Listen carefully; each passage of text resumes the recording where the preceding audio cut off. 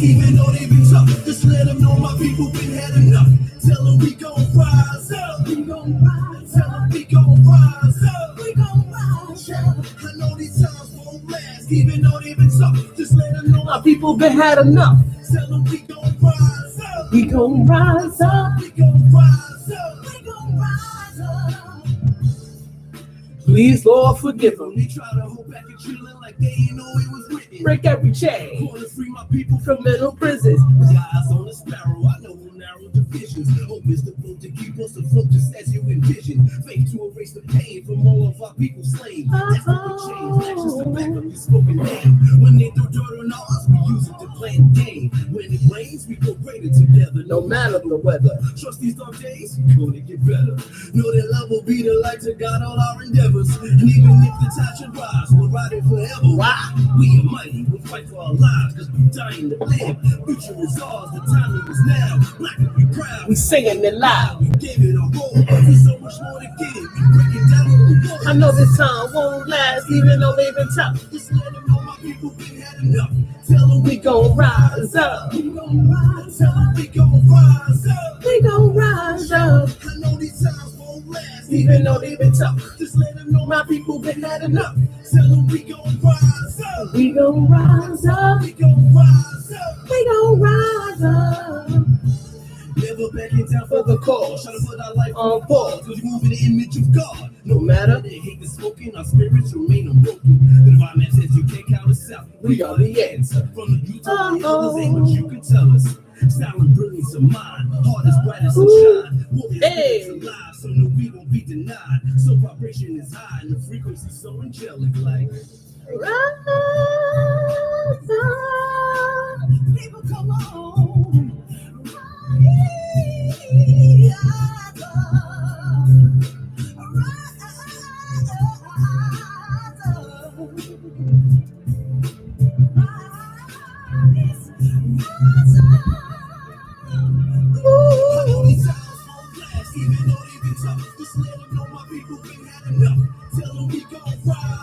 We gon' rise up, we gon' rise up, we gon' rise up. I know these times won't last, even though they've been tough. Just let them know my people been had enough. Tell them we gon' rise up, we gon' rise up, we gon' rise up, we gon' rise up. Hey, rise up. Rise up. Ooh, rise up. All right, family. Yo. Yeah. Rise up. You know how we do, family. Peace and blessings, good family. Peace and blessings. Soundbytes International Radio. Go ahead. Bring it in. No, we're gonna let the ancestors bless you, keep you and guide you, and continue to inspire you. Go ahead. Yes, this is Soundbytes International Radio. Black consciousness is the claim. One world is the aim. We're in pertinent conversations to you, and yours, to our Earth family, to balance out the energy, balance out the space, and have us have a more connected and one conversation. Let's do it with one another and the rest of our peoples. Masir Khan Neferat is Neferat. Yep. And we're gonna talk about some things today. It's March, March 9th. March 9th. We're gonna start dating these so we can have some chronology up in here. These pieces. And yeah, we're going to be talking about today the system, right? What else? Yes. What else are we facing right now? We're in the system. The man against the machine. But real talk is looking at the system and all of the intricacies that we've run across the system. How do Africans? How do we play within the system? How do we navigate within the system? Can we trust the system that we're in? Should we trust the system that we're in? And how do we deal with the space where non-blacks, not even just white people, like people with like white-centered consciousness, which does include some black folk and brown folk across the world. Well, specifically, we're talking about this particular nation system. How do we deal with the interactions within those spaces and balancing it out when they look to the system as just and true and right, and the system is doing what the system is supposed to be doing? So we're going to be talking about those particular Mutations today. Remember, Keys to Soar is still the wellness program, the wellness companion program is still running. So get your wellness life together. So on the top to show off with that, get that in your brain. Make sure you go to keystosoar.com, KEYS number 2 SOAR.com, and register for the wellness companion program and have Miss Neferah Tumaji Ra as your accountability partner, your wellness coach to help get you in the right space of mind. You feel me? So do that. Soundbytes is a subsidiary of keystosoar.com. Yes. So you will want to take advantage of what's being created in space with that. So we're talking about that today. You got some family, peace and blessings, family. Listen, we have I constantly have this dual dichotomy. There's a dichotomy that's happening with us where we are maintaining ourselves as well as progressing in a direction so that we can create liberation across the African diaspora. We celebrated 63rd anniversary of independence of Ghana this week. Shout out to Ghana. Shouts out Ghana. Ghana, whoop, whoop. And what's up? Akbar. Okay, that shouts out me. Welcome, Akbar family. With the love and kindness and brotherhood and connection that we create and generate as a unit and as a collective of beautiful and powerful and just people. Yes, March 6, 1957 is the day Ghana saw its independence, the first African country under colonization that broke free from colonization. So broke free from colonization.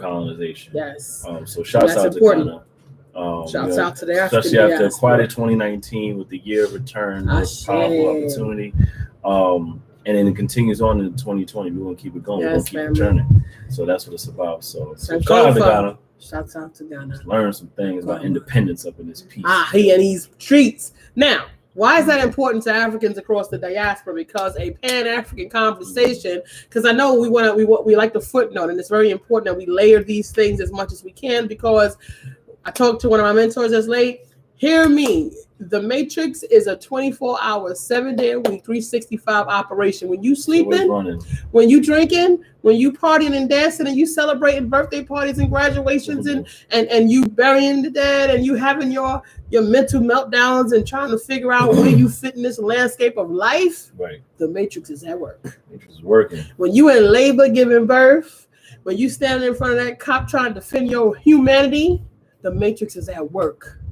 It is covering you on all sides all the time, and we need to layer ourselves and our information, our knowledge to fortify constantly. Protecting, fortify. Let's say fortify, family. Fortify your mind, body, and soul, Ashe. And hear that it is not a one-day thing. So we like to reiterate our conversation. So Pan-African is all Africans from across the African diaspora who represent themselves, who are genetically and DNA, they are from the continent of Africa. And those who collectively give thanks, who come together with their energy and their direction and their intention to support the liberation of all African people, the unification and self-governing and managing our own resources and coming together as a sovereign nation. So no one can tell you that doing this makes you racist or separatist, or they can't fool you with no foolishness. If they talk that foolishness to you, I gave you permission to get them all them birds, man. Because giving them birds, it's very therapeutic.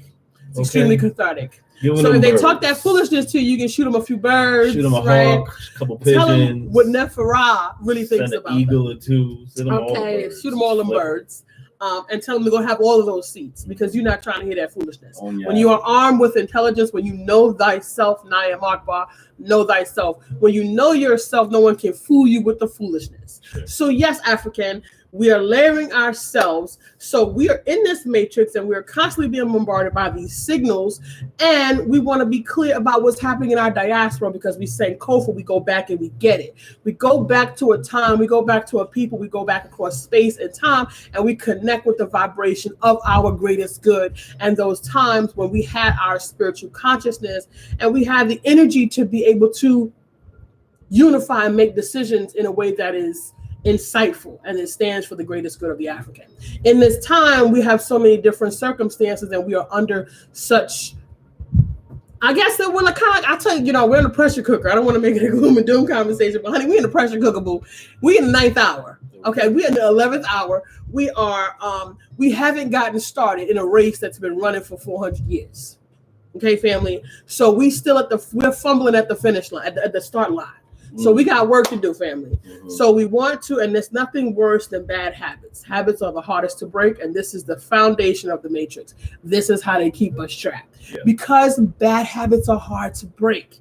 And by default, we'll go back to what's comfortable, and that is human nature. Usually at the cusp of breaking that habit, we end up going back to what was comfortable. Slip. Because it becomes it feels like a dangerous slippery slope, and it's like you're getting too close to the truth of yourself. So the bad habits is what kept you comfortable. The temptation's all around you because you're not the only one operating within those habits, and that energy tends to permeate the rest of the space from whoever you're included in. So that means breaking those bad habits also means breaking free from those that enable those habits. Enable us. And you know something? Yeah, ready to break free. That takes us back to. So please, family, share the link. Yeah. Join the conversation. We see you out there in YouTube world, out there in Facebook land, Instagram world. Please, family, we're outreaching because we want to impact our community. We want to impact our landscape. We want to be aware of what's happening in the African diaspora. It is very important that we celebrate. We celebrate a lot of foolishness things within our colonialization. Yes. Within our colonialization family, and we want to be connected to what's happening with us in our diaspora. So it's important for us to turn off TMZ and pick up Al Jazeera, find out what's happening around the world. You know what you can do when you pass this Muslim brother and he wants to give you the final call, family. There's a lot of information about the diaspora in the final call. It's important for the African to be connected to the African's land. So there are some resources that you can be clear. Always have your spirit discernment off the charts. Make sure your discernment is off the charts because some things are in certain people's hands. And then we also have Africans who have white-centered consciousness. So be sure that you are being aware. You're fortifying. The word of the day is fortify. Stay fortified, African. So this brings us to our topic for today. Share the link. Join the comments. Add your information. We are having an exchange. It's a builder. It's a village. There's no dumb questions. Make your comments. Let's holler. So, do we trust the system? No. Should we trust the system? As it stands, no. Greatest indicator of the past, of the future is the past. Greatest indicator of the future is the past. The greatest indicator of the future is the past. Say one more time. Okay, 3 times. Past, present, and future. Just so you got clear on that. Right. So I want you to understand and why you want to put this into your consciousness. Because I know every day your life's walk is deceiving you. The eyes are tricking you. I tell you all the time, family. Your eyes are playing tricks on you. Your eyes are playing tricks on you. So you feel like you're moving and you're grooving and everything is going great. But what you think you see is a deception. Mm-hmm. So this is not just the conversation that we have on Facebook. This is the life that I live, the life that we have lived, where we are standing in this position where we're being the balance. And I don't mean all the time throwing the knuckles up because there's a system in play and there are circumstances and legality. It's inventory. It's life inventory. It's constant assessment of your landscape, of your life's walk to see where you're at, see where you stand, and are you thriving properly and appropriately for yourself within the individual space, and in turn, how does that translate to your external space and the people that you interact with, and the people that you want to spread your energy to? So it's a constant assessment. We turn these cameras off, we'll have the same conversation, just keep it going. You know what I mean? And like I said, it's not about live it. Yeah, it's live it. We got to stay fortified.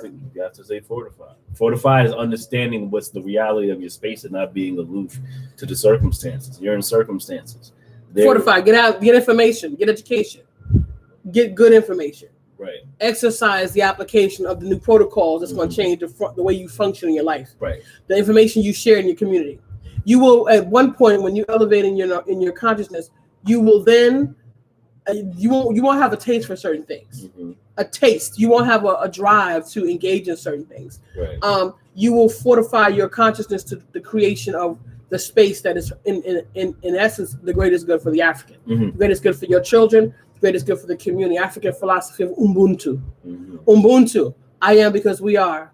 Ubuntu. If I buy me $85 pair of shoes, I'm gonna buy you $85 pair of shoes. Okay. If we both can't wear $85 pair of shoes, then we both get $40 pairs of shoes. Okay, or some sandals. Okay, or we get some sandals. Just as nice.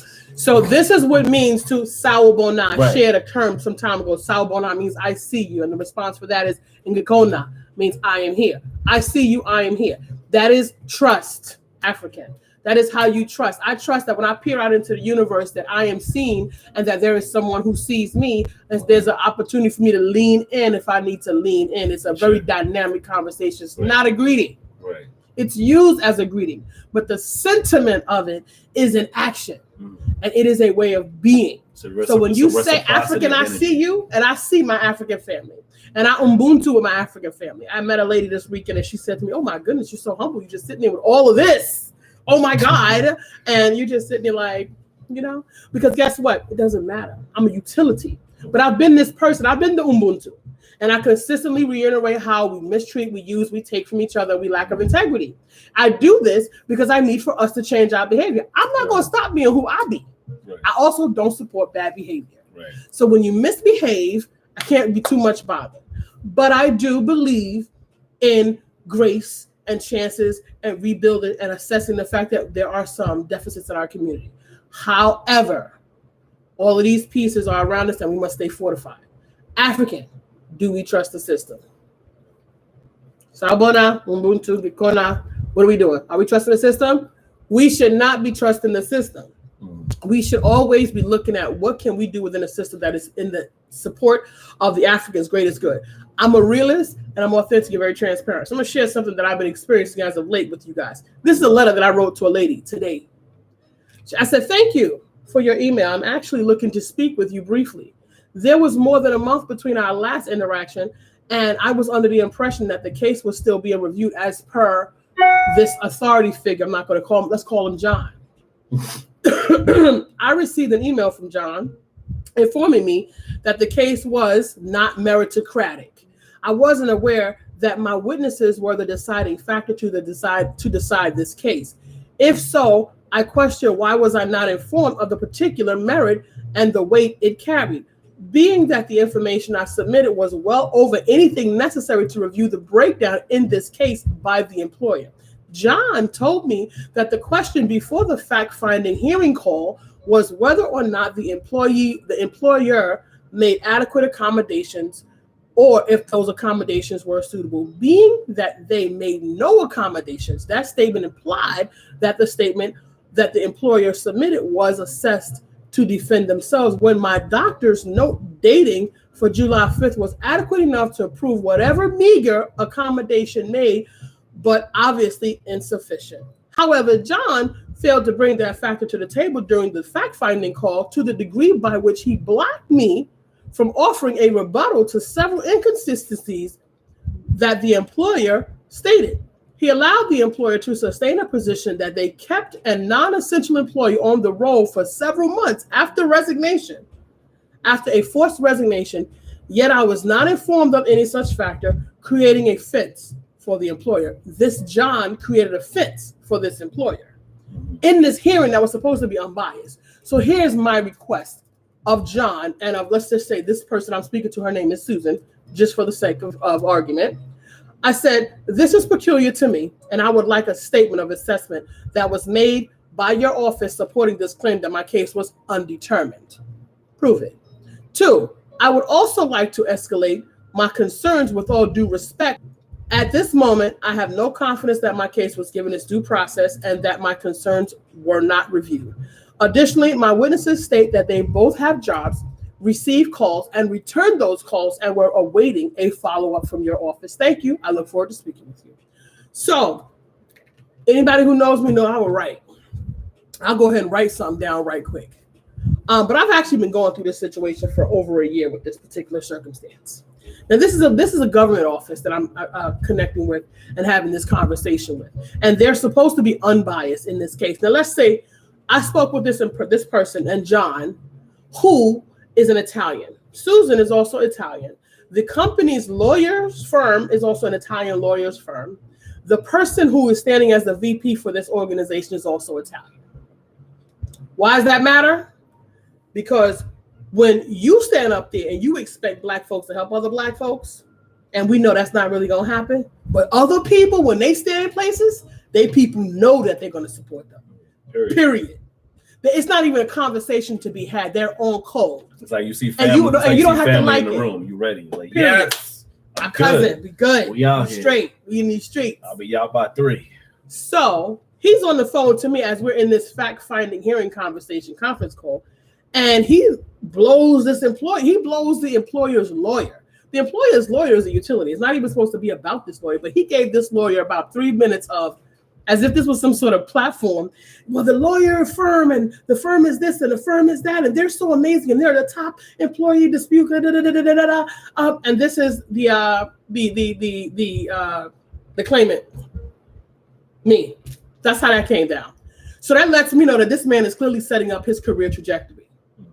Okay, he is actually blowing smoke up this employer's mind behind, and he's laying his track so that when he get ready to leave where he is now with this little government job and he decided to go corporate, he making sure he greases the palms. You know, I scratch your back, you scratch my little quid pro quo. It's not even necessary, but they're going to present a united front. Should we as Africans trust the system? Because what happened to me in this particular case was they put me in a room with no key. The key is in a locked box.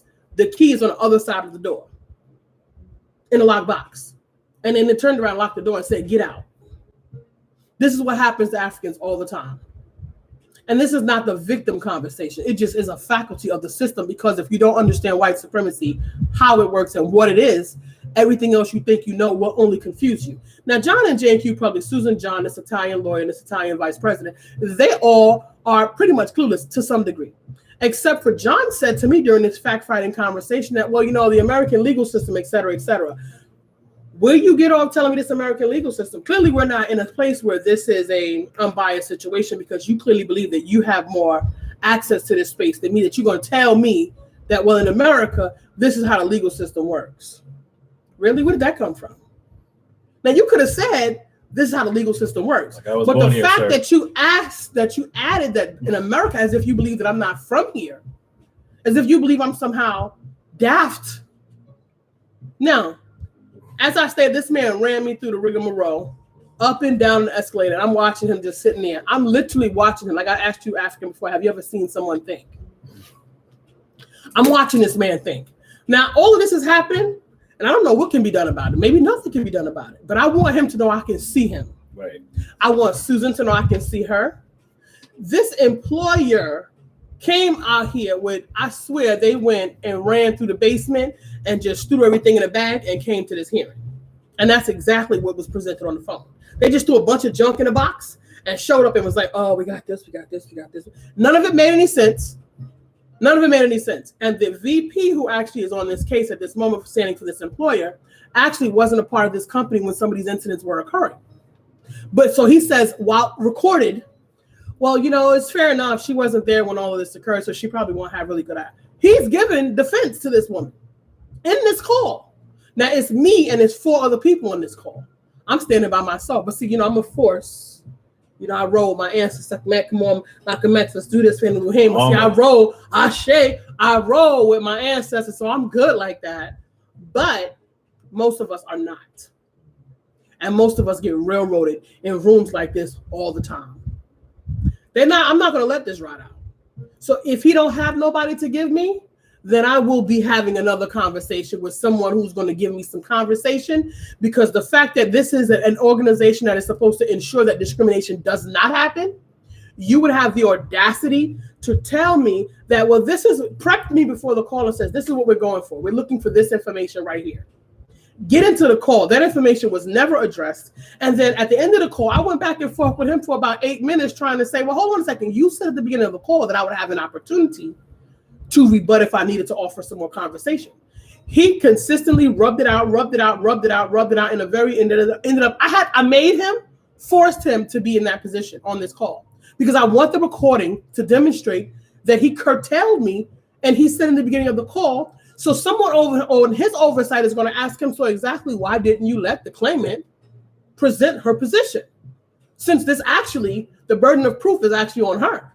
So she gets to present her proof. Why did you not allow her to do so? Because now that's going to look peculiar to someone else on the outside looking in. Now it might be another Italian person. It might be somebody else who's not Italian. Who knows who it's going to be? But somebody, hopefully, we will get to that has good conscience. Now remember, the 48 laws of power says never appeal to good conscience. Appeal to people's self-interest. Now you know what the self-interest here is? If they don't find out what happened with this case, somebody is going to get aired out. Somebody going to get aired out because this is going to go someplace where somebody is going to have their face somewhere. And they clearly can see that I speak plain and real good English and I can write. So hear me when I tell you, if you want me to keep writing letters, you better address this. She will write a letter on top of a letter. Don't get me fooled. So family, should we be trusting the system and how does it fit into the African landscape? Yeah. What do you guys think? You can also share in the comments as well what y'all think about the system. What are you talking about over there? Yeah, think about this crazy system over here. What are you talking about?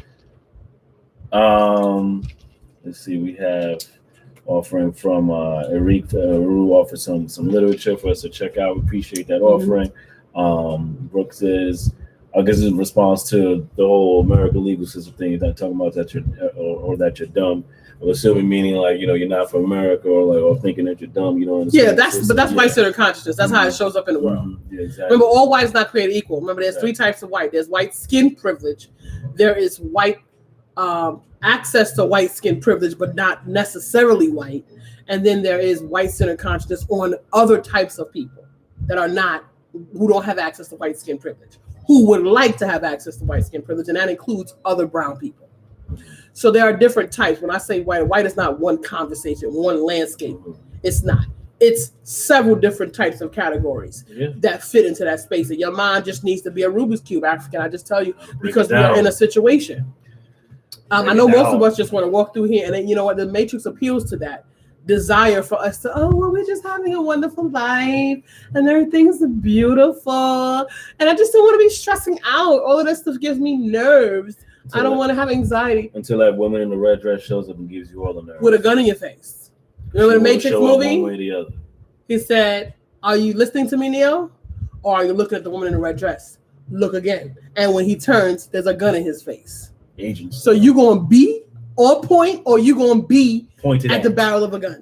Okay. Or behind the 8-ball, or in the hot seat, or in the pressure cooker. How do you choose to have your life? Now, listen, African. I got a brother who constantly tracking me down right now, asking me about conversations about money. I guess he has some sort of business, or he has some type of theory where Africans could use their money as a collective economics. The brother is of a certain age. He's seasoned. And I have been very graceful and patient with this brother on more than one occasion. I really hope that he's listening to the air tonight. Because with grace, I'm going to say this to you. I'm not the person to come to with that conversation, because I'm not having a short-sighted conversation. I tell you, Africans, that yes, we are dealing with maintaining our living experiences and circumstances right now, because we have to eat, we got to pay bills, we got to manage the circumstances so that we can get to a space. However, an African looking for liberation from inside of someone else's house for the way that these folks have fortified this house. What's with that? I'm not leading my people into a burning building. Jay-Z is filthy rich, but he is not free. Bill Cosby was filthy rich to the point where he was going to buy an entire network, but he is not free. And when they get ready to spank that ass, it will happen. So there's no amount of money that Africans can cultivate to get their freedom here on this American soil under this regime. No amount of money. Even the money, listen, and I'm gonna tell you something right now. Let's go to class. Let's go to class right now. There's something called critical mass in social science. Critical mass is a group of people with a consciousness that comes together in order to shift a social landscape. There's a formula that says if X amount of people come together with this vibration, with this intention to do this thing, the social landscape will shift. It happened with Malcolm X. Mm-hmm. Malcolm X had, I don't know what that number is, but it is a certain number. I don't know if it's 90,000 people, 100,000 people, 1 million people. I don't know how many people need to be impacted in order to shift a way of being that creates a shift to the overall physical landscape of this living experience. Right. So this is why they keep on plucking off these, the Black Panthers, different members of the community who are very strong in their presentation, who had access to the people's minds. Right. This is why they disgrace or they exile them, like they did Marcus Garvey. Get rid of the healers. They get rid of the healers. They kill people who are whistleblowers. They take down Dr. Sebi. And this has nothing to do with being a conspiracy theory. It's based on appeal to people's self-interest. The Matrix and this American experience has a self-interest. This is why if you don't understand the Matrix, what it is and how it works, everything else you think you know will only confuse you. This system in its functionality, the core United States Corporation of America, has a self-interest. Okay, so as I told the brother today, appeal to somebody else with this, because I'm not a part of that number.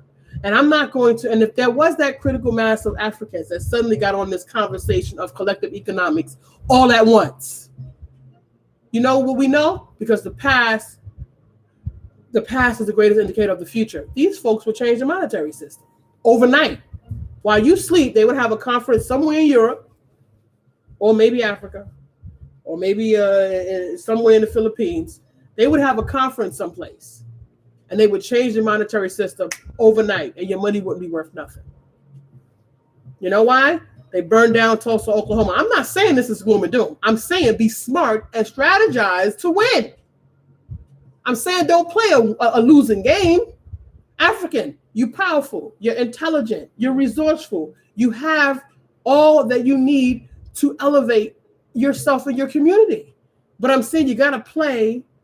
You can't play the rules of the master. The master's rules, the master's tools will never dismantle the master's house, Audrey Lorde. So understand that it doesn't matter who's feeding you that economic foolishness game, because what they're doing is they're playing to your worthiness conversation. That's what they're doing. They're manipulating you with your lack of worthiness. So because you think if you get things, because you can only stunt on other Black people. These folks invented money. Money means nothing to them. It is literally a keystroke. Boop, enter. That's it. The whole pageantry is what these folks are working with. They're working with pageantry. You care about money. They don't care about money. I'm not talking about John and Jane Q. Public. I'm talking about the puppet masters. Because John and Jane Q. Public down here, they're just trying to coddle their own self-interest, which is their feelings. Their feelings are involved. White folks don't like you having nothing that's not including them. You feel like that if you having something that's only for Black people, they will call you every kind of name in the book because they feel entitled to your space. Like honeypot. Yeah, the whole honeypot thing with the just recently, you gotta talk about that. Yeah, that whole thing. Shout out to honeypot for doubling sales and tripling sales. Okay, I hear these economic. Shout out to us showing up for each other in that particular sense. It gets to happen on a constant basis, but it's a start. Appreciate the show up for the fact that honeypot, this feminine hygiene product, that was made as Black-owned business and had a Target ad that was probably the most endearing ad. And it burned me. This thing, it was so cute. It was a cute little endearing ad. But couldn't have been more lighter. Yeah, it was like the lightest thing you could ever do. It was quintessentially white people who definitely worked on that campaign for her. Right. It couldn't be any lighter, and the fact that it was about uplifting. The idea that young Black girls can have something to look forward to, can have something for them, and things like that. That was the pinnacle, and it was in these comment sections, just crazy. That was the pinnacle for white women that were like, I was all for this until it got racist. So it was racist. Racist. I'm not going to support this brand because it's racist. Because she said she wanted to support and uplift Black. Because she want little pretty Black girls to look up and say, I could be everybody else. CEO. She said she wants to specifically show young Black girls something and empower them, that they can win. They will show them that they can win, whether it's to own their products, or to own creating a business for other people, or to have these products made for you in mind. You know what I mean? Like the fact that we're in a system where that brain is the leading proponent of the system. Good Lord. It's problematic to the nth degree. Like that's like a nice way of saying what the situation is. Because if you can have such an endearing presentation of we just want to love on each other, and that's still an offense, you want to really assess the landscape of humanity and Right. who's perpetuating these particular types of energies and particular types of messaging, and why there's a problem that lies within that, and why there's a problem that we can still not be considered human within this law, and why there's a problem where the justice system can move and maneuver in any which way and every opportunity to make sure we're not in mind, but it can maneuver to actually really shift the landscape for something better, for like healthcare, things like that. Everyone else gets to become the casualty as long as we're the ones that are sat down by the law and by the system. Well, because white-centered consciousness says that it has a nervous tick. Because although they don't teach about the revolutions of African people across history and landscape, there was a whole lot of them. And in those revolutionary uprisings, because when white folks, Tariq Nasheed talked about this, when white folks talk about their victories and how they ran into other people's countries and took their land and pillaged and burned down and raped their women and killed their children, and back then they was eating people. So eating people, right, out here at war and taking over lands, they took, it was a great victory. You just killed like millions of people. How's that a victory? But Africans who are human beings that should not have been slaves to begin with, when they decide not to be that way anymore because you had no right to have them in the first place, suddenly it was a massacre. It was the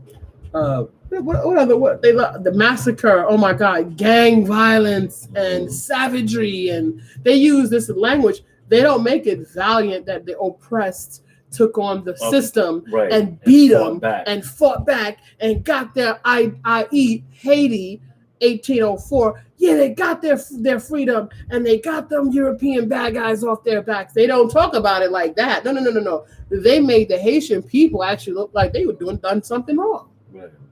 They done something wrong. See, this is white-centered conscious. So this is why there is a severe dichotomy in the way that you want to deal with the system when it comes to dealing with white people, which is why I keep telling you, African white people, and this is not about white people, but this is a necessary understanding because Black people, you have white-centered consciousness. You've been reared in this environment by virtue of the environment, and which is basic sociology and human development. By virtue of that, you have white-centered consciousness.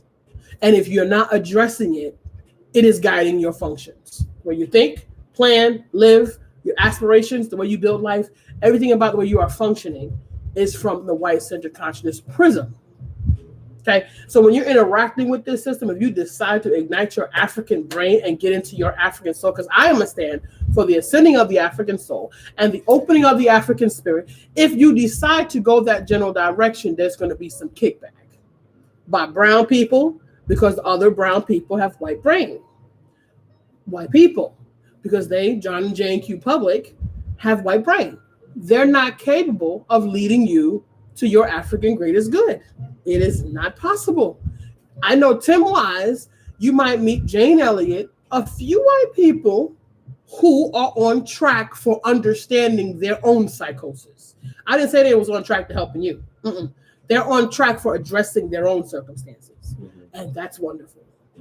And that gives them the leverage and power and support to be able to embark on a conversation where there would then be a kumbaya conversation. Because this situation together does not stand for people of African descent gaining their humanity across this diaspora, across the world's landscape.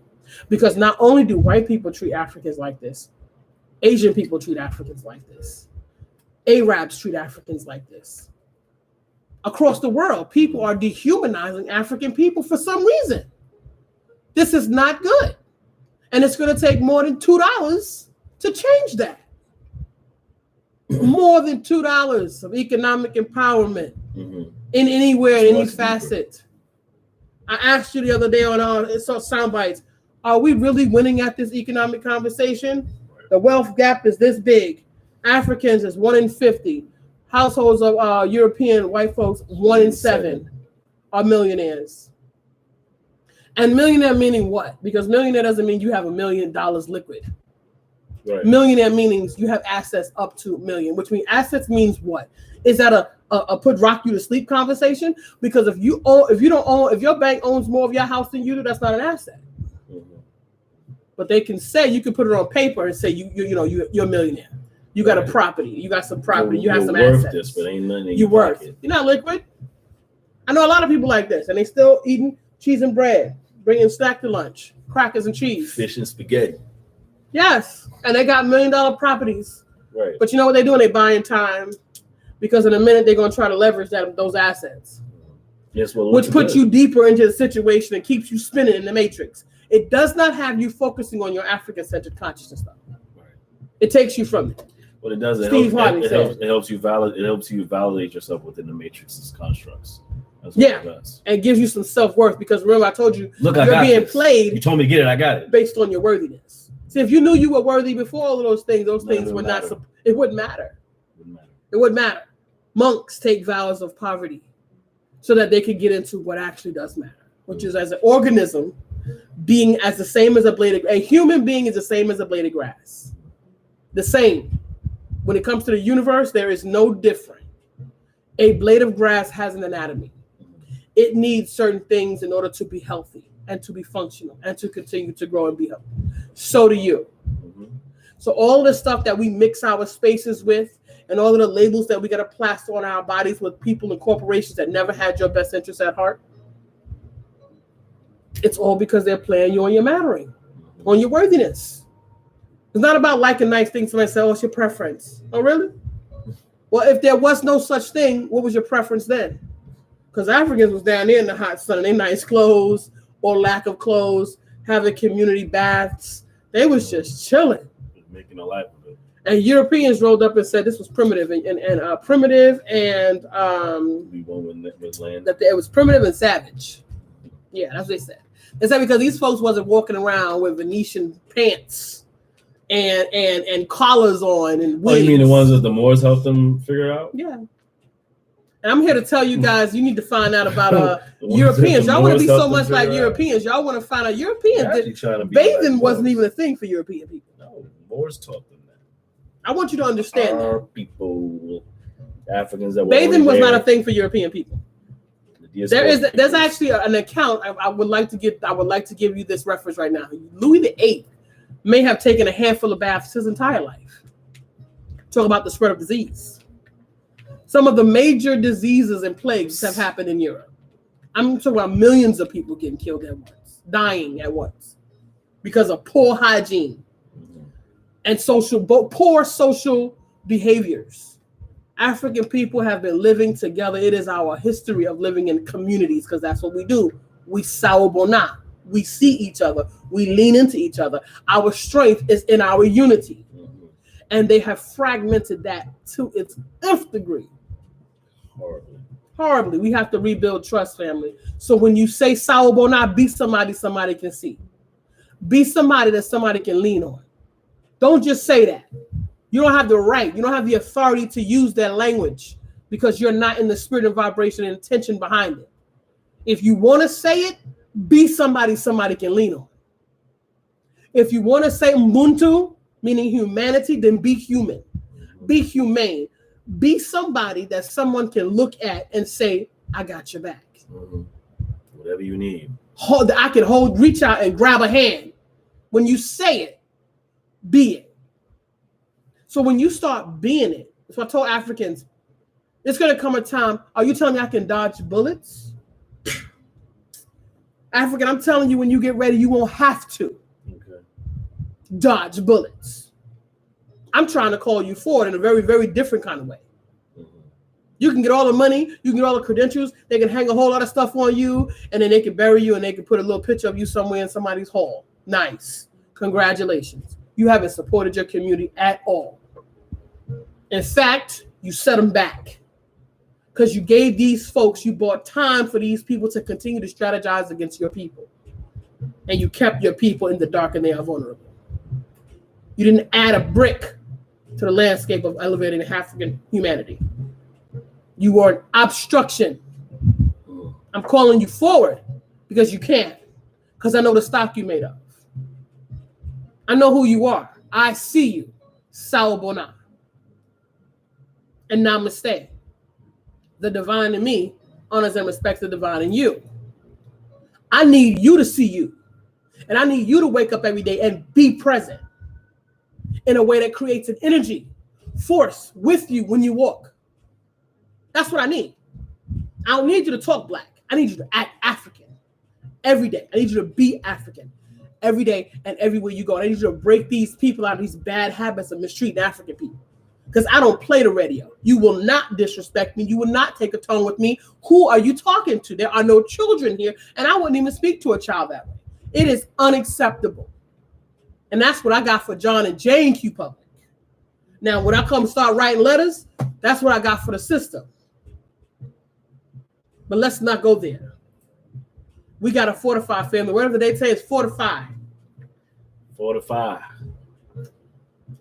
Fortify, family. Don't get me started. So Brother Zachary. Don't get me started, Thank you, family. Zachary. Thank you, Brooke, for joining us in the conversation. But Zachary says, when has the system put the African first? On February 31st. Okay? But we out here thinking we're going to roll in. You better have a strategy, family. Have a strategy. You got to have a strategy. You having a here and now conversation because your life is only going to drop in a bucket. But what you're not going to do is set your family back.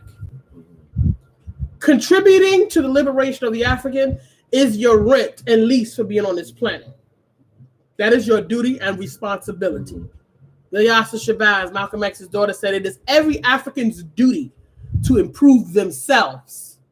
I'm here for personal responsibility. I'm also here for the strategy that takes a look at the landscape. But how do we get here? Mm-hmm. We didn't just show up here. Mm-hmm. Crack didn't just annihilate African communities all over the country out of left field. Mm-hmm. This was a manipulation.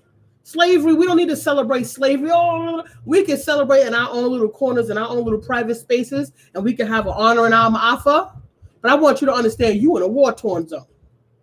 If you actually knew the gravity of what you're living right now, you would actually be seeking asylum someplace else. And you know who knew that? Malcolm.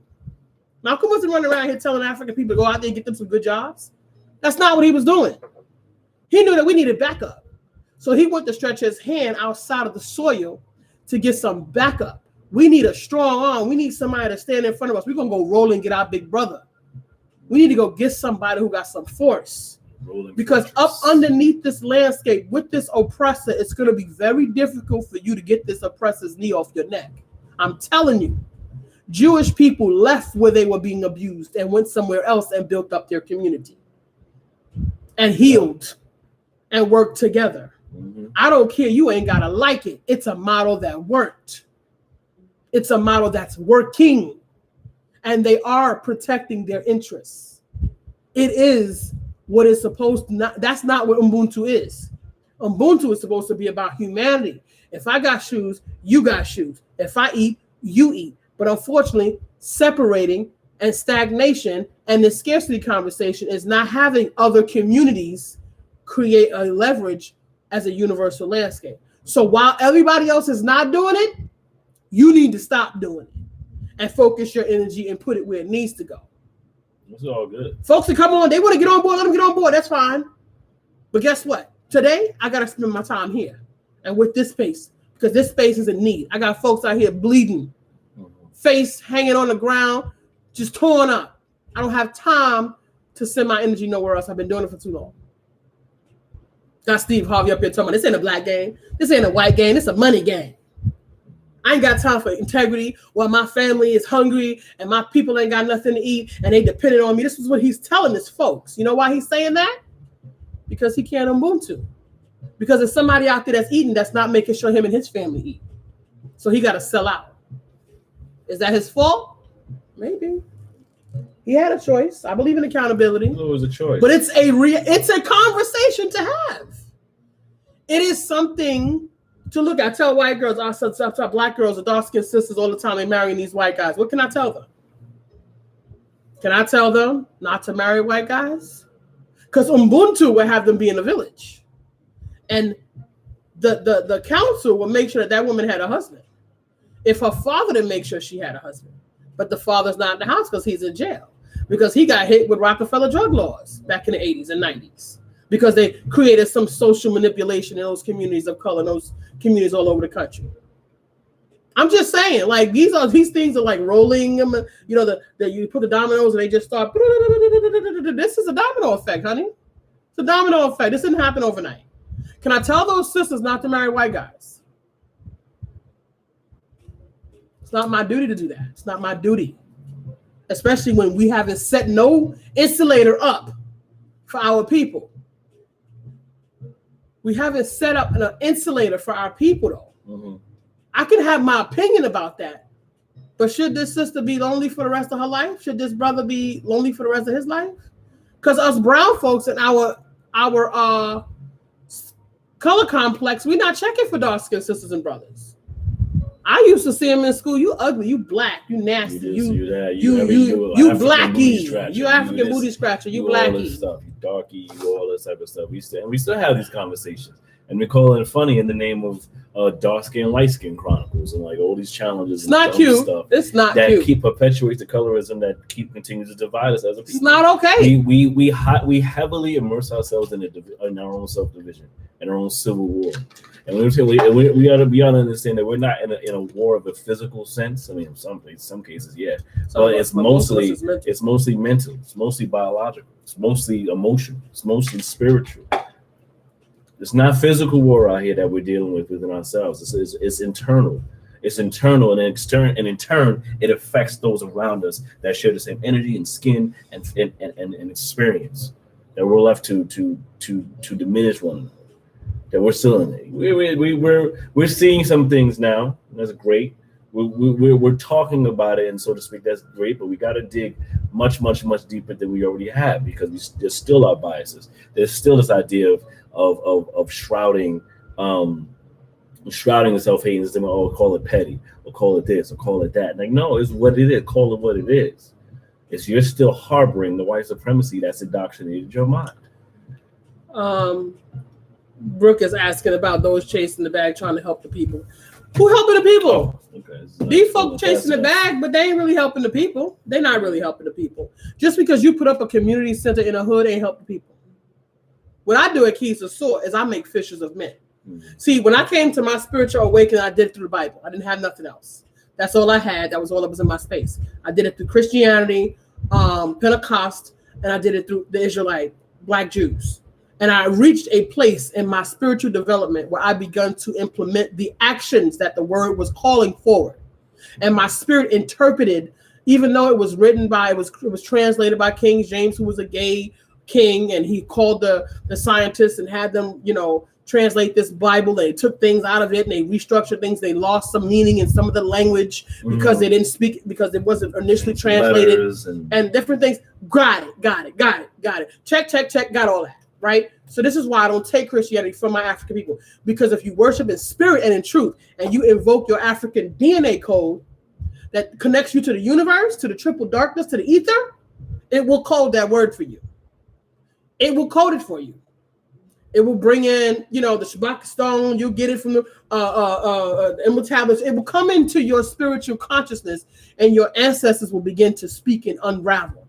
The Bible says, "I will write my word on the hearts of men." And it became a living soul, the living application of the word. So if you chase in the bag, are these people really helping Africans?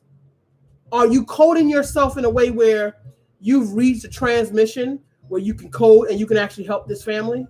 Mm-hmm. These folks has opened up community centers. The Bible said, "Greater works than these shall you also do." I make fishermen of men. When I touch people, their lives are different. They become different. I expect it. I know my code. I see it. I know who I am in this world. I know the divine essence that is on my spirit. I know that. I'm not confused. I don't need people to give me no parade about it either. I don't need compliments. They're not helpful. Ubuntu. Be about that life. Let's start to fortify the unit. That's what's helpful to me. I don't need it. I'm self-validated. I'm clear. So you can't chase the bag in the matrix. These folks open up community centers and having financial wellness, high school classes for the kids and all that. What are you doing?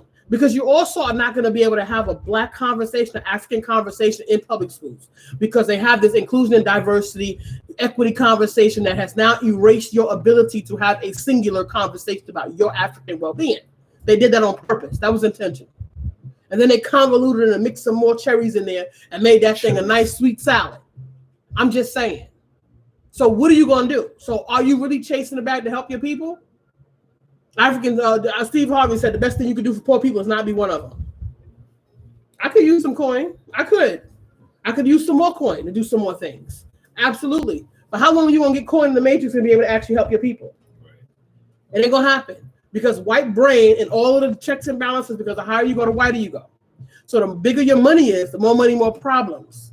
The more people you're going to have to cross over to get to what you're trying to get to. You got to go get your licenses. You got to go get your insurances. And who running these companies? Not black folks. It actually tends to pull you further away into the matrix. Into the matrix and further away from the goal of actually fortifying. Yes. The longer you chase the bag. The longer you're in the bag. You're so busy in this chase. Yes. You're so busy in this chase. You're actually chasing and running past the people that you get to support. Yes. To the point where you get to that space where they're miles behind now. And you're in a space, well, shit, that's too far away now. I might as well just figure out my stuff for myself. They'll be all right. They may figure it out for themselves. You know, they're going to say they ain't going to let me do that. I can't do that. They ain't going to let me. But you still have that they ain't going to let me conversation. Still happening. You're a millionaire. Go to the conversation. Jay-Z, they still put him on the list as a billionaire now. They got Rihanna up there as a billionaire. You think they could actually help their people? They'll be in jail right next to Bill Cosby. I don't even know how much Bill Cosby was actually trying to help his people, but I do know that he was trying to buy a network. And if you have a network, you will have access to that critical mass. It's always self-serving. If you don't understand the matrix, what it is and how it works, everything you think you know will only confuse you.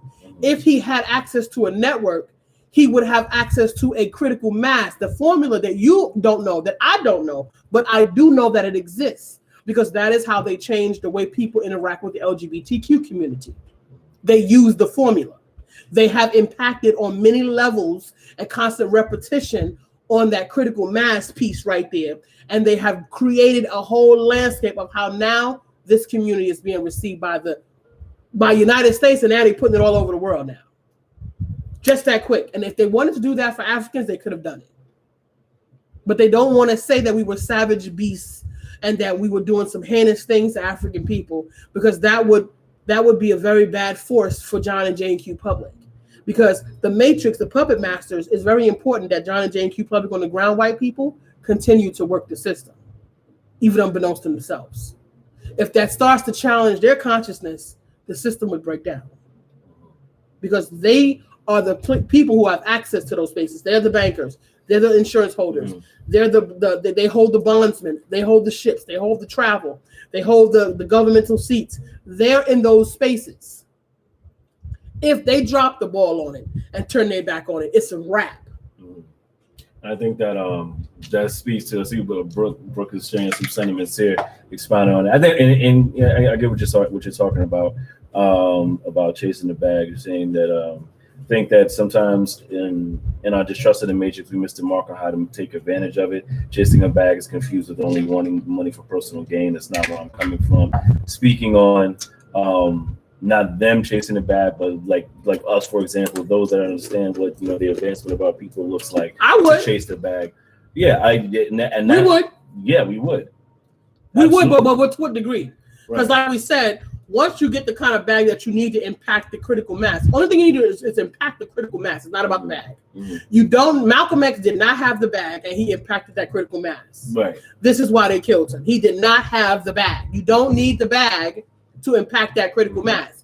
You need to get in touch with that critical mass by whatever methodology you choose to use, because Jay-Z put that 444 CD out, or that album out. It was cute for a hot minute. Who did it really impact? He had messaging he had message coded in it. Who did it really impact? Did it send somebody out here blowing up tomorrow and taking bullying out of the schools and taking this whole conversation about natural hair off the table? Did it do that? It didn't do that. It was entertaining. It was cute. How did it impact the people? Mm-hmm. Malcolm X touched that critical mass group that was about to shift the social landscape. Mm-hmm. So they continue to layer the conversation and making these people bullies, what do you call it? Enemies of the state. This is like kept marking this community as to try to diminish its effectiveness. It got to the point where he was so effective, no bag, no money. Exactly. No money. And that's the issue that lies within this whole idea of chasing the bag. Within this matrix, there's only a matter of time before the matrix catch up with you. It's the only amount of time. Because in the day you're chasing their bag. It's their bag. It's their bag. The matrix. But you also got to understand the financial system. You got to understand what money actually is. So operating within it means that you're essentially you're limited. You're limited, and you're playing that particular game. So when it comes to like the idea of capitalism, like Eric says that said that capitalism is a foreign concept to Ubuntu, because it's not this thing to have like to worry about money and the exchange in that sense, to where it has to be the means to a particular type of end. The means to the end can actually be just right within the people. You know what I mean? Yeah, like so it means to an end. It means it stands with the people. And it's the energy you project, like what Malcolm X did for people. He taught his energy exchange, money, meaning my own natural energy yield, is what he gave to the people. That was his currency. My currency. His value system. That's and his currency. Energy. That's the currency. That was the value. That was the currency that he gave to the people. That was the transactional exchange. But that's the spirit of the African. More in their worth. That was the hot and in their personal responsibility. That was the money. Exactly. So I mean, the chasing the bag for a piece of like let's create a space or what have you. It's only a matter of time for your bag is too big to where it becomes a problematic. You become the enemy of the state, and that's not even out of like a fear or anything like that. No. That's the reality of it. Play the game to win. Play the game. You play the game to win. Play it strategically. It really is the natural energy of who you are in the company with that. Right, in company with the whatever the quote unquote the bag is to help you move things around. But what is the finance? Well, this is why we combat this thing to fortify with the information. How much money does it need, and what do you need to do to impact the consciousness? Right. Because once when you build the institution within the matrix, you got to have insurance. You got to have Okay, let me take for instance, Tulsa, Oklahoma. Communities of color all over the country. Seneca Village. Mm-hmm. They had all the Ubuntu. They had their financial situation. Excuse me. And they were fortified. These folks still came in and was like, whoop, gone, done, overnight. The end. That's it. At this point, there's been so much integration that anything you do that's specifically for African people don't even want it. Right. And that's the thing we're dealing with now. African people don't even want anything that you call specifically for them. Their white brain kicks in like it's a brown person, very much talking like a white person. Very much. So the type of money that you might need to impact the type of change that you think you need is a limited sight view. I'm challenging you to go higher.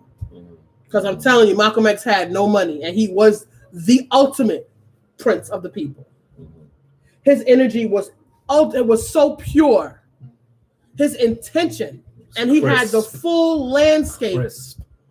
Didn't have formal education, did not have any money. He's a man of the people. Still created the exact same effect. Was the criteria is he did impact. He did create the critical mass that would have shifted this landscape. White people cut across him on that. And brown people ushered them in and was the hand to drive the knife in deeper. And it's a mechanism of the curse of the Willie Lynch letter that white people consistently use black people to drive the nails in the coffin for other Africans. That is also a show of force. I'm saying to you, I'm going to repeat this again. Jewish people left their oppressor, went someplace else, created their community and fortified their nation. They left their oppressor, found some backup, and went and fortified their people. And they also fortified their land. I'm talking about cultural Jewish people. This is what they did. Many of them have access to white skin privilege also. So whiteness is a card being used in the matrix against brown people by a whole lot of people that are fortifying their self-interests. Is it a knock? No. It's a strategy to win. Play to win.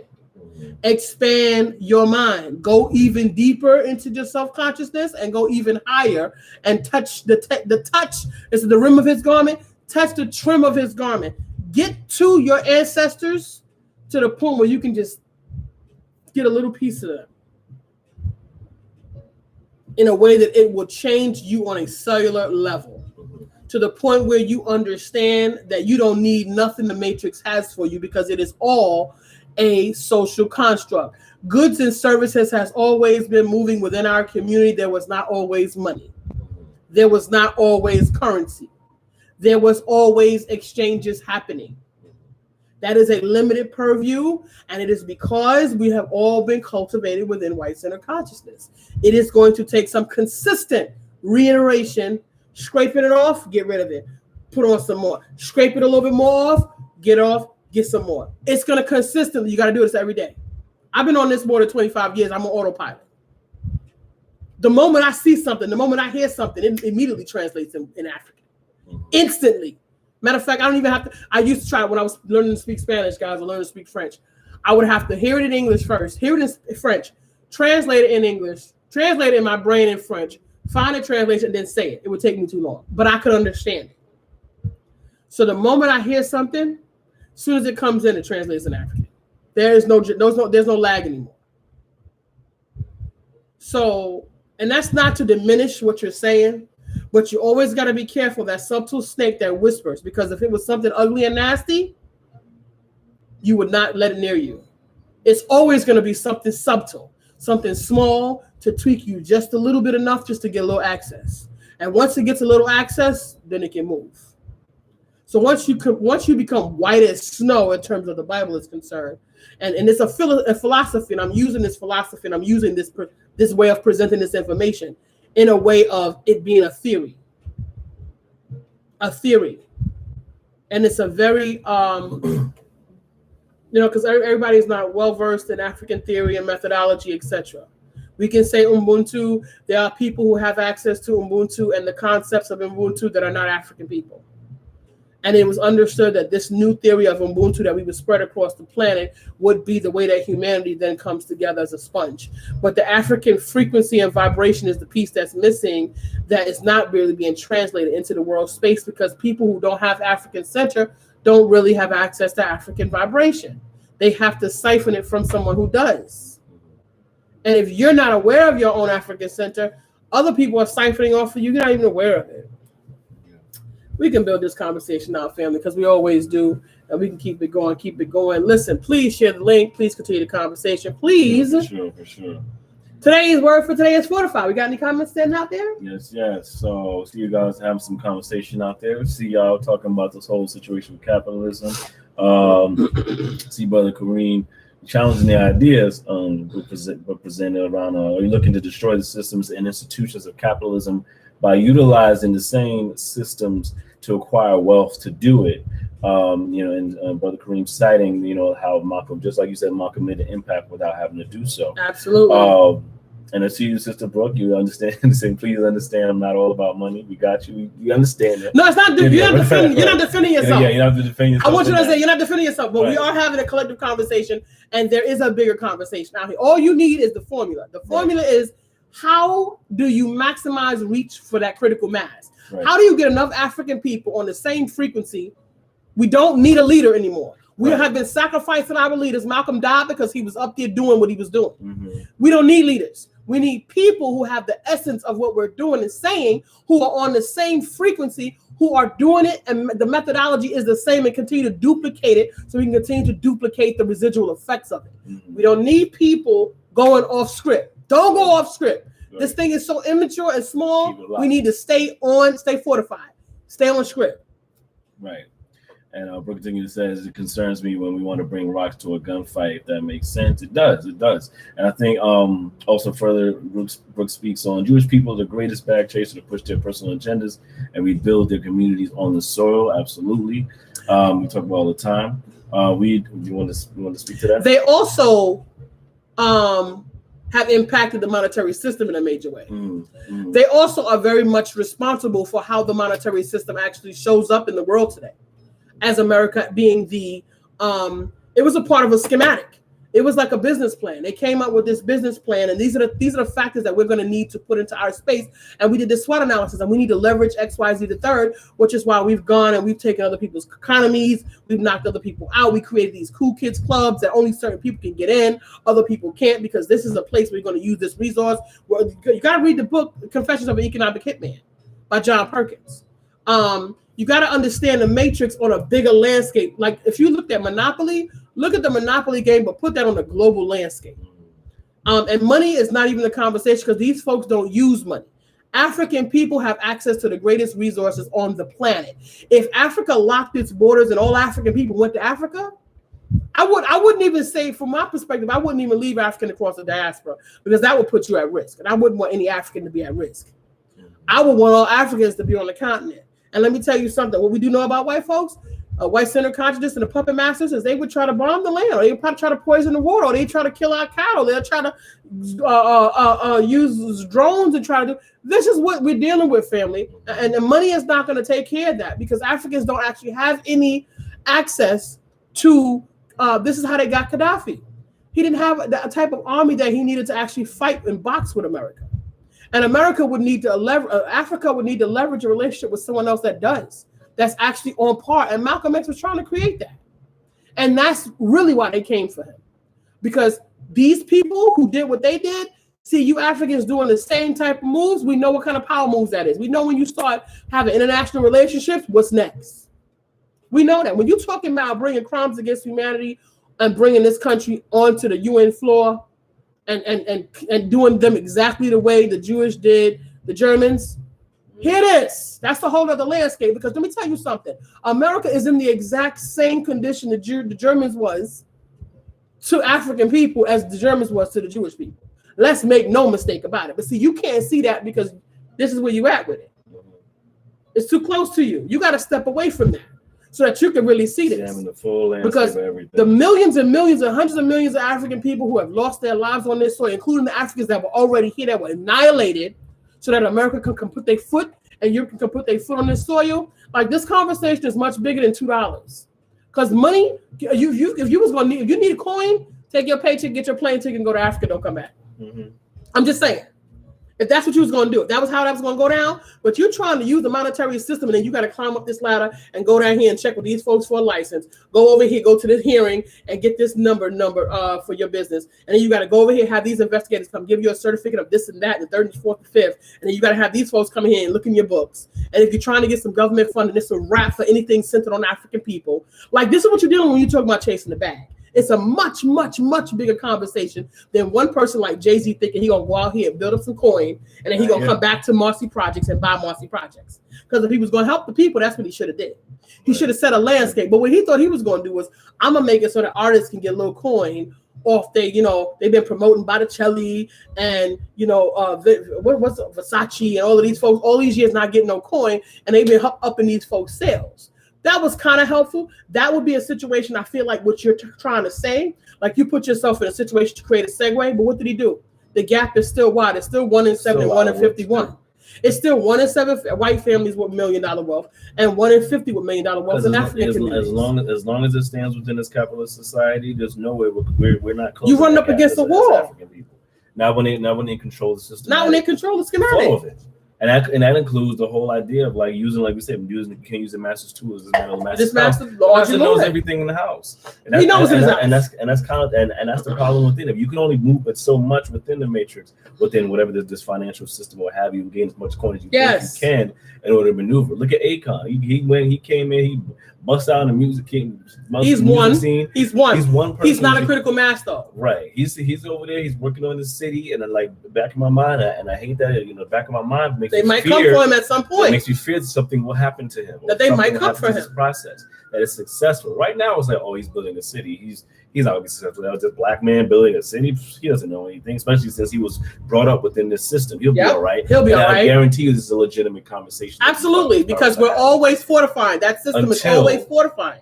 We call a bluff, not a bluff, but like we call it until we create it, until it happens. Until there's a shit ton of citizenship requests for Akon City. Yes. To use Akon's currency. And then suddenly his plane goes down. He's making currency, okay? He's making currency. And guess what? Haiti was also making currency. I don't know if you guys know that, but Haiti was also making money for Venezuela. Haiti was putting itself on the map as a service provider. They had the audacity to charge Haiti with paying back France because France lost money on that investment. I didn't let you come over here and steal my house and steal whatever you wanted from here and train my people. Now I also got to pay a tax for it? Does that make sense? But do you think that these folks going to let the word get out that this is diabolical and foolishness? Let me throw one at you. Prison reform. Prison reform comes on the cusp of restructuring all that money that them folks made from the crack wars. Remember, convict leases, slavery is only legal under prison, only on the corrections, unless you become a ward of the state. That's the only way that quote unquote slavery is still available to you. So since the system doesn't ever want Africans to be free, not free and functional and sovereign, we're going to consistently recycle them through the prison system. But now you got this space where you're looking at a critical mass because you got millions of African people who have been through the prison system and they are bad on society. And while that's happening, you also are gentrifying communities all over the country. But you now got millions of ex-convicts coming out of the system because they've been in there from the 80s, late 90s. They done did they dub, then did they 10, they dime, then they came out, they hitting the streets. They are career criminals and they have a different philosophy in their life and survival modes. They can't come to the projects because you done made rules that they can't live back in the projects with. Right. They got locked up at. Right. They done made rules, or they're gonna put the whole family out. See, you gotta understand this matrix and this matrix of mess. Okay, and these folks is coming out of this prison system and they're coming out with HIV because they've been in there raped.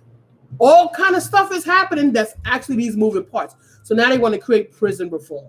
Because you know why that's self-interest? That's self-interest because these developers are building up these big cities, little communities all over the country. Dropping them like Legos. And they're doing it in communities of color, in hoods, okay? They're doing this in hoods where some of these ex-convicts by tens of thousands all over the country are being let back into the city, back into the population, general population family.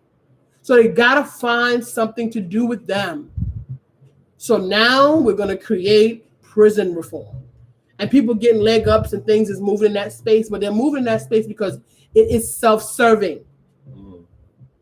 It is self-serving because those same people are going to be the ones that if they rile up with that critical mass of revolutionary mindset, because remember, Malcolm X had the criminal, quote unquote, criminal element, the element that America rejected, the black man, the strong tower. That's who he had the most his hand on the most. And those men begun to take integrity. They become to stand up and defend their communities and families. So think about this, family, like building out a bigger conversation from that which we have been programmed to see, because we don't have access to a broader landscape. It's not about our one conversation. It's about all of these matrix of pieces that are moving together, and they are all understand the matrix. If you don't understand white supremacy, what it is, how it works, everything else you think you know will only confuse you. So Brooke, are you saying within the system, meaning like us actually putting liquid within our communities and people and black people actually referring to her building wealth within the matrix, not from the man? She's saying our idea of chasing the bag is a bit different. So you're saying in the sense of like us in our communities actually supporting each other, that would be a nice, beautiful dream.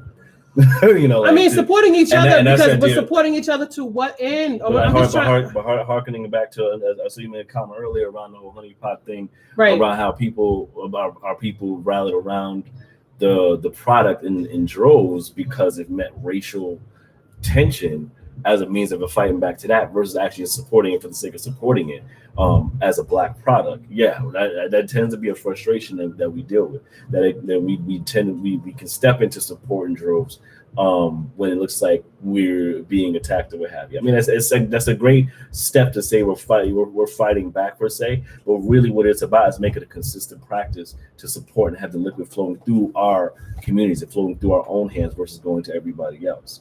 I don't know if that's what you're particularly meaning by moving money within the system. That'd be a great thing, but it also means that means us complying with the matrix. that Exactly. ideology. Exactly. No, I mean, I'm saying like that. That means we have to compromise.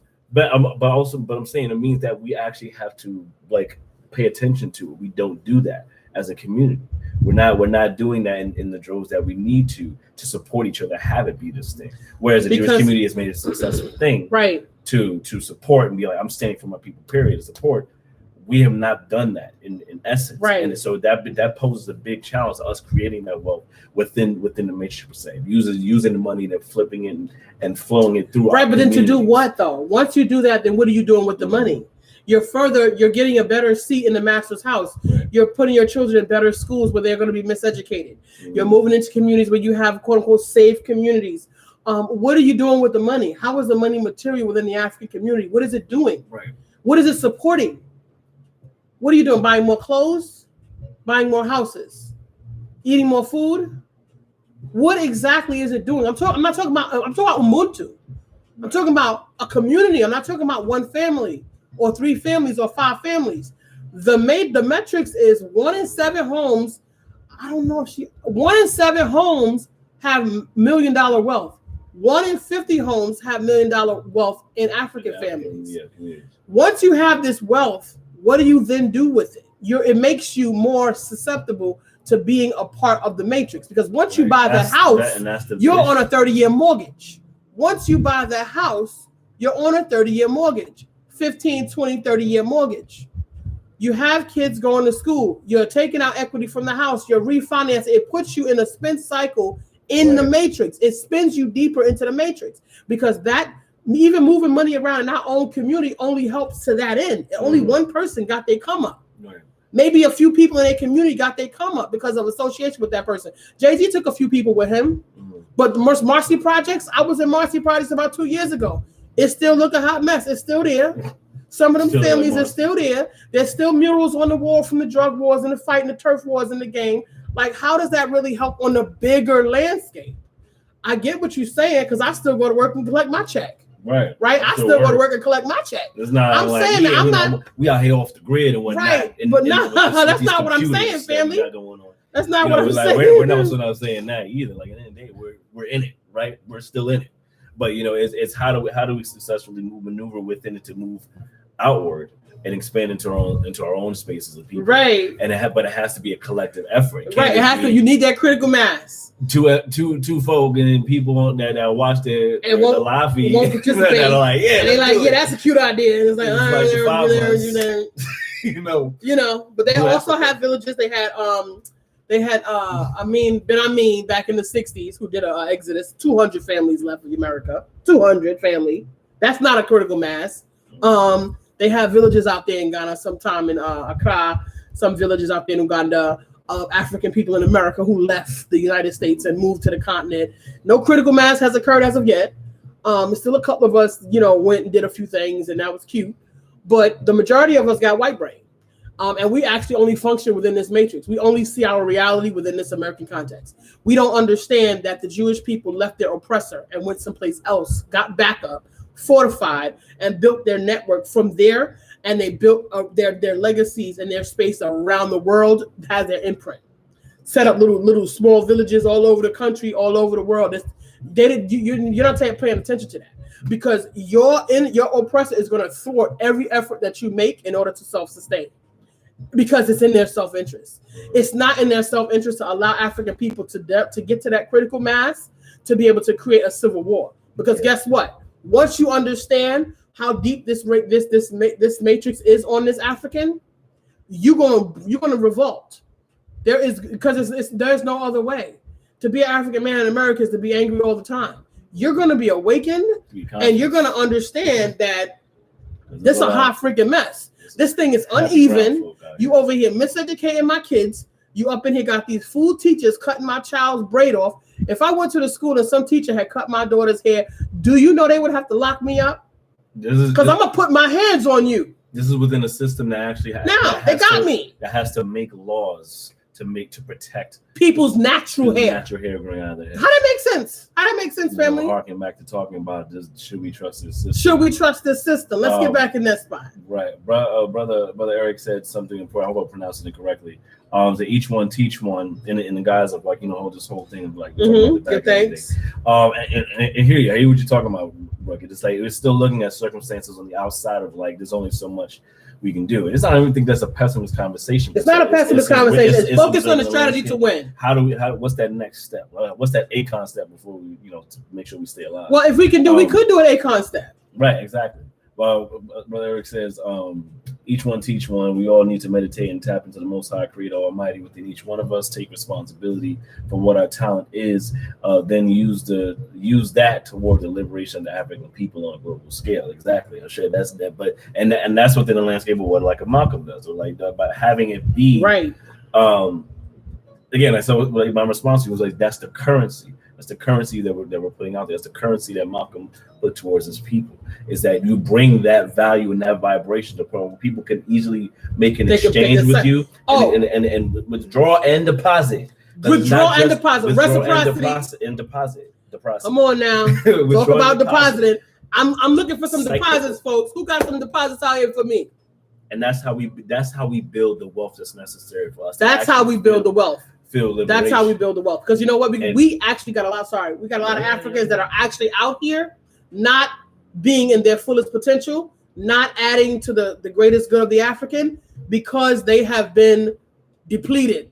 Mm-hmm. I learned a very big lesson when they dropped my grandmother in the ground and walked off, and that was the end of that conversation. They rummaged through her stuff and took whatever they wanted, and then a couple of months later, somebody had moved into the house where she was living. Done. I learned a very big lesson. Okay. I learned a very big lesson how that community turned their backs on Malcolm X's family. Mm-hmm. Okay, and that woman had that Sister Betty Shabazz, God bless her soul. She had to, maneuver in a gray area for a little bit before she got, leveled herself out. That's not Ubuntu. Okay, that's not Sawubona. That's not I see you African and I want the best for you and your family.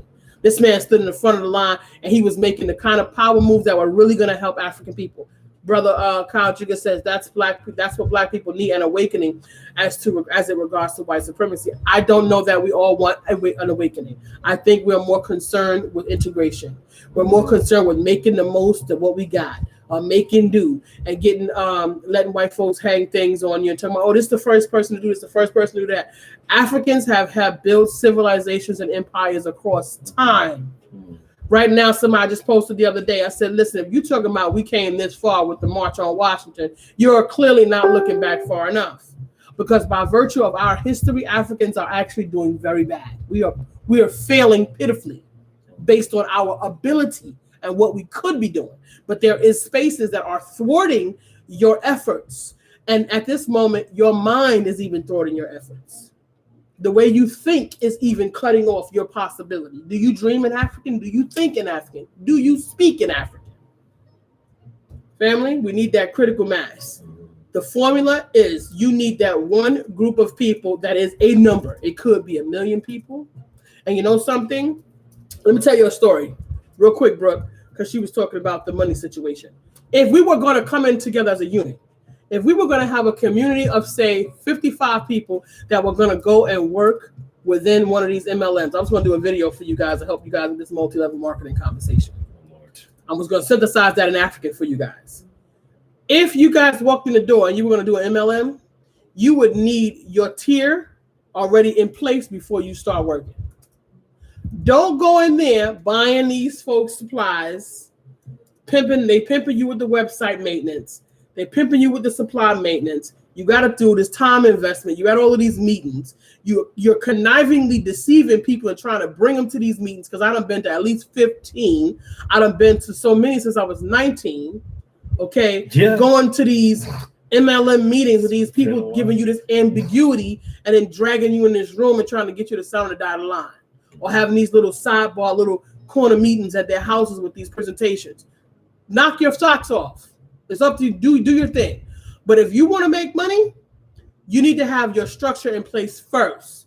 You need to go in there because I can do the research. I can do the presentation. You do this, you sell these, you get these mini marks, you get these points. 1, 2, 3, 4. Then you go and you get 4 people, and that's going to put you as such distributor. Those 3 people bring this 3 people. If you do those 3 people, you're going to get 50% of their residuals. And if you do that, then you're going to get 6% of their residuals. And then you bring in 4 more people, and now you're a regional VP, and you get a big award, and you go to the meeting, and you walk across the stage, and then you get, now you're getting 15%, 3%, 6%, and you compound that, and you know how much your check is going to be? Boom, 0, 0, 0, 0, 0. Woo! Everybody, yay! They beat you in the head because now you're going to walk out of there, you're going to go home and you're going to sell garbage to your people. And you're going to hang on for as long as you can until you realize that this system is really about building a business. And you need the network in place first. So 55 Africans was going to go in there and say, you know what? We're going to go in there. We're going to send these people up this ladder and we're going to walk away with this $6 million because we got all these 0, 0, 0, 0, 0, and we got all of these credits. That's a money move. That's a sticky move. That's a use what's in the matrix. Get your deposit, take what you need out, boom, boom, and disembark, and I'm out. That's how you play the hand. I like your usage of disembark. Disembark the bitch. Get off that mug. Disembark. Because some of us on the ride, we just on the ride, and we on the ride. And my grandmother rode that ride until the wheels fell off, and that was the end of that. She didn't go nowhere with it. Time to get off, family. Let's get off the ride, man. Brother said, I agree. Integration actually means wanting white people's approval, acceptance, affection, and validation. Right? Trying to be a part of their system. They said, you don't have no power. Do you even know what it is to have a government? To be self-governing? I don't think Africans don't know that. Africans never even knew that was a part of their possibility because it's not what's taught to you. Mm-hmm. You are miseducated in this educational system at the highest level, at the best Ivy League colleges. They do not teach you how to create a space where Africans can self-govern. They continue to tell you that in order for you to make do, in order for you to be successful, you have to integrate and you have to sign on to be ambassador of white-centered consciousness. That's essentially saying you have to sign on. And they'll hang stuff on you, and they'll put you in accolades, and they'll prop you up, and they'll give you big applauses. Bill Cosby, the old Steve Harvey, tap dance for 50, 60 years. I think he did Cat Burglar in 1960, 70. Portier, okay? They was out there getting it popping. Sidney Portier. He's out there doing his thing, giving it on Sidney Portier. Okay, he at this point where he don't give a flying flip, and he said what the hell he want to say, and that's that. Harry Belafonte, y'all here. Shout out to him. Harry Belafonte. Yeah, Harry Belafonte. I'm not Sidney Portier. Excuse me. Oh, okay. Wrong. My bad. Corrected. I stand corrected. Harry Belafonte. You doing what you do. Harry Belafonte is like, y'all, listen, he giving them all them birdies. Listen. But at the end of the day, Bill Cosby was tap dancing for a very, very long time. It didn't mean a thing. They threw him right in there half blind. And that was that. That's a heart that's real different, family. That's a very different kind of beast, African. And you don't have no clue on how to be that person. You have no clue on how to shut that door. I'm telling you, disembark that thing. With your mind, disembark. Disembark. And make it your agenda to think and breathe and believe and speak and think and dream in African. Disembark. If you don't know what that means, start on your journey. Because some people think they're on that journey. You still in training. Yeah. We in training, family. We got to fortify and we got to continue to training on the job. Continue to build our consciousness out. For sure. We're gonna roll up out of here. Look, y'all, because we can keep doing this, family. We keep loving up on y'all. Y'all keep loving up on us. And remember, Soundbytes actually could be just a marathon. We could just be on. We could just be on for mad hours. Straight. But we won't. So for now, we're just we gotta eat. We gotta go to the bathroom. We gotta take a shower. We gotta use these matrix spaces to make. That's what we gotta do, family. and do what we can to fortify our people. Whether it's through our voices, through our art, so disembark. So we can disembark. All that. Disembark. Get off the horse. So join. Get off. Horses in the bag. I'm just saying. So we're gonna get up out of here, family. This is Soundbytes International Radio. Please make sure to join us. We're here each Monday on Facebook. Brooke said my mom used to tell me that dreaming African. Dreaming African, Brooke. Yeah, dreaming African. Tell these folks get out here and start dreaming in African. Start dreaming about Wakanda. Start dreaming about owning your own resources. Start dreaming about what it would be to have a credit going to every African, and you can actually spend time investigating the arts all day. You can just travel and do, see the world, because you get a residual check that is a state safety net that they actually send your family. You get an annual of $55,000 a year to support your family and your farm, and you have workers on the farm, and you just travel and you just build your life out and you just figure things out, because you know what? Your natural resources, the diamonds, the oil that's been stolen from your land could have fed the African continent for 10 generations. But them people got that money, they gone with it. And they've built and fortified a space where you can't have access to your African mind. Right. They used that money. They turned your resource into capital and then decided you couldn't have access to it. Amazing. That's absolute insanity, family. Yeah, you don't need what's available to you. You have no idea what's available to you.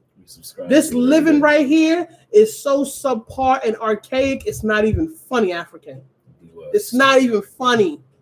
They got folks running around here in this matrix, and they all like blind, looking in here for a light switch, engaging in what they believe to be life, tap dancing with these birthday parties and running around here. I'm having my 50th birthday party, and I'm having my baby shower, and I'm having this big explosive baby shower because I didn't get married. Like, knock it off. All of this is foolishness. It's all foolishness. African, disembark the foolishness. Dreaming African. It fills a space. It fills a space. It fills a space and time. Something to do. Then they drop you in a hole and you didn't lay your brick. You didn't pay your rent for taking from the universe. You didn't pay no rent. You just became a consumer your entire lifetime. You lived as a consumer. You didn't make any contribution. There was no exchange. You was just here and you just took. You had some laughs. You tap danced. You wore a cap and gown. You graduated. You kissed mom. First year graduated, they gave you flowers. It was cute. You went up in there, you tap dancing, you traveled with your girls' night out and all. Fool, come on, family. I'm just saying. I want you to reach higher. I think I'm gonna start calling myself the Pan-African Transformational Coach. I want you to change your brain, African. I want your brain to get different. I want the way you receive information, patent pending. I want you to get your nobody can call themselves that. Because if you ain't got no results, you cannot call yourself that. See, I can call myself that. Nope, they can't call themselves that. They can try if they want to, but folk do that out here in the world. They can't have that. They can't have that because they don't infuse. They're not breathing life, and they're not making fishers of men. Right. See, if you're gonna walk with that, you gotta wear that, and you have to produce from that. There's a lot of people in my world space that are very different now than they was 5 years ago, as a result of their interactions with our vibration. And it's okay, because that's how it's supposed to be. What we need is a critical mass of people who are vibrating on the same or higher. That's what we need. Peace and blessings, family. So we're gonna thank you for wrap it up. Where's Carol? Let's Carol last week, so she can not miss our song. So we're gonna wrap up, y'all. As always, bringing the energy to the close and centering ourselves. I am always, all day and every day. It's the Soundbytes International Radio. Black Consciousness to claim one world is the aim all day, every day. And join us next week, y'all. We're gonna talk about some more shit. You know how we do. We be popping up in here. Because we disembarking. We disembarking, family, and we want other people to disembark with us. We've disembarked. We want some more people to disembark. Yeah, exactly. So get into the power I am, y'all. Brooke's crazy. You know, Brooke, you a hot mess, Brooke. Appreciate you. Love you, Brooke. So get into that I am, y'all. Soundbytes International. Shout out to Nyan Brits. If you throw it back, yours truly is I am. For sure. Rock out with us. Chill with us. Do a shimmy. Do the Elizabeth Warren shimmy. I love you more than love less. Love you more than love less. I manifest it. You be the blessing. Come on, Africa. You be the blessing. I manifest it. Turn up. This is the power of I am. Woo, do that, James. Was that the Aston Wakanda? Yeah. Stay back. Protection. Hey. Also, learn that this is love. This is in sign language. FYI. Yes. And it made it to Wakanda. It makes it even better. So I believe to learn that. Family, as a practicing Buddhist, I bow honor, I bow humility. I'm shaking people's hands, man. They got this corona thing out here in the world. I'm shaking nobody's hands. Bow them folks. They got the cooties digging their noses and scratching their butts. I'm monotonous. Ride with this. Getting rich. Family fortified. Dead wrong. Regurgitating, percolating, singing that same song day long. Hey, share the link, family, so we can continue the conversation with people who are not here tonight.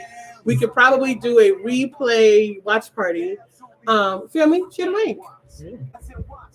And also visit Keysor, KEYS, the number 2, SOAR.com. Path P is out here about that life. Right. PathPmusic.com on Facebook. PathPmusic.com on YouTube.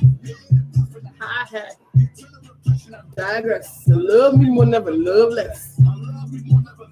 Hey, hey. $1 million dreams, yeah, I manifest it. You be the blessing. So, give me a reason not to shake people's hand. They got the cooties, so they be digging their butts. They nasty. Okay, she be Vanna White me. I appreciate it. My time. Available now, Culture. Come on, y'all. Okay. Holla at that man. Real Bricks is out here. The Real Bricks, BRIXX. 2 X's. And this joint is available on there now. Champagne. Champagne. Champagne. Back into the arenas. Woo! Oh!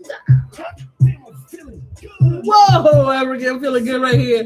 What they never would. What now? We're going to talk about some ways to use the matrix to get your coin and disembark. Some ways that we can actually capitalize on what's already here, but not make it the point. Turn up.